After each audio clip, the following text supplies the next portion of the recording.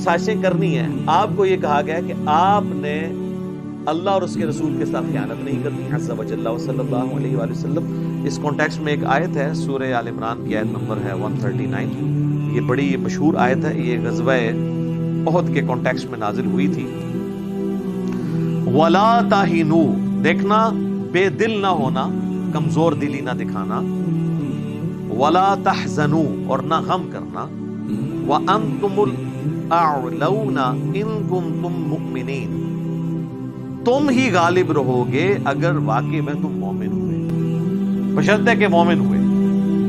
وہ جو صحیح مسلم میں حدیث ہے, نبی صلی اللہ علیہ وآلہ وسلم نے فرمایا اللہ تعالیٰ اس قرآن, اس کتاب کی وجہ سے قوموں کو عروج دے گا اور اس کتاب کی وجہ سے قوموں کو زوال دے گا. جسے ڈاکٹر اقبال نے کہا تھا وہ زمانے میں معزز تھے مسلمان ہو کر اور تم خوار ہوئے تارک قرآن ہو کر. تو بالکل صحیح بات کی تھی انہوں نے.